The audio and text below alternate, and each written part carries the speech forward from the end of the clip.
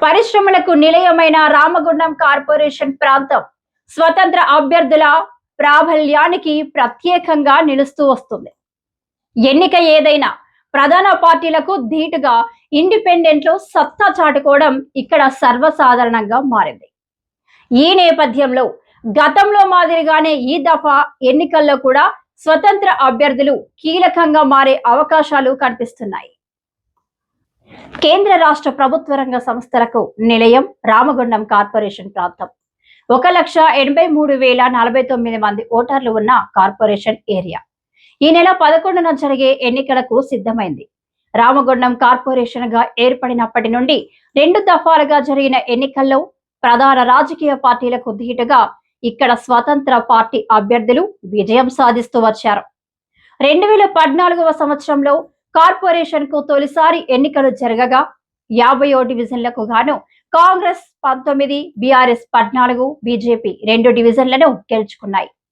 మిగిలిన 15 డివిజన్లలో స్వతంత్ర అభ్యర్థులు సత్తా చాటుకున్నారు. ఈ ఎన్నికల్లో ఏ పార్టీకి కావలసిన మెజారిటీ రాకపోవడంతో మేయర్ ఎన్నికకు స్వతంత్ర అభ్యర్థులు కీలకంగా మారారు. ఈ నేపథ్యంలో స్వతంత్ర అభ్యర్థిగా పోటీ చేసి గెలిచిన కొంకటి లక్ష్మీనారాయణ తన సహచర స్వతంత్ర కార్పొరేటర్లతో కలిసి బీఆర్ఎస్ పార్టీలో చేరి మేయర్ పీఠాన్ని కైవసం చేసుకున్నారు. మెజారిటీ లేని కారణంగా అప్పటి అధికార బీఆర్ఎస్ పార్టీకి స్వతంత్ర కార్పొరేటర్ అయిన లక్ష్మీనారాయణను మేయర్ చేయడం అనివార్యంగా మారింది. దీంతో రామగుండం తొలి మేయర్ గా స్వతంత్ర కార్పొరేటర్ కొంకటి లక్ష్మీనారాయణ చరిత్ర సృష్టించారు.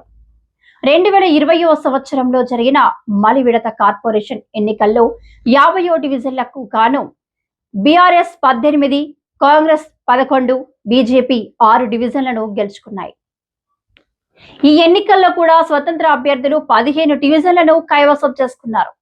అధికార బీఆర్ఎస్ పార్టీ రెండవసారి మేయర్ పీఠాన్ని కైవసం చేసుకోవడంలో కూడా స్వతంత్ర అభ్యర్థులే కీలకంగా మారారు.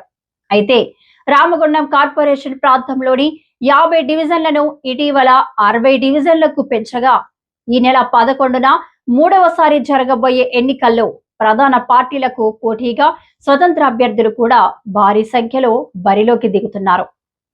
నామినేషన్ల పరిశీలన అనంతరం ఇక్కడ 452 మంది అభ్యర్థులు పోటీకి అర్హులుగా అధికారులు ప్రకటించారు. వీరిలో అధికార కాంగ్రెస్ పార్టీ అభ్యర్థులు 154 మంది ఉండగా బీఆర్ఎస్ అభ్యర్థులు 109 మంది ఉన్నారు. ఈ ఎన్నికల్లో కూడా తమ సత్తాను చాటుకునేందుకు 122 మంది స్వతంత్ర అభ్యర్థులుగా నామినేషన్లు దాఖలు చేశారు.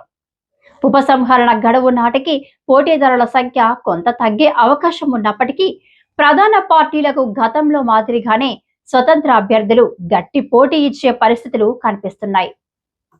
మేయర్ ఎన్నికల్లో కూడా మరోమారు స్వతంత్ర అభ్యర్థులే కీలకంగా మారే అవకాశాలు లేకపోలేదని విశ్లేషకులు భావిస్తున్నారు.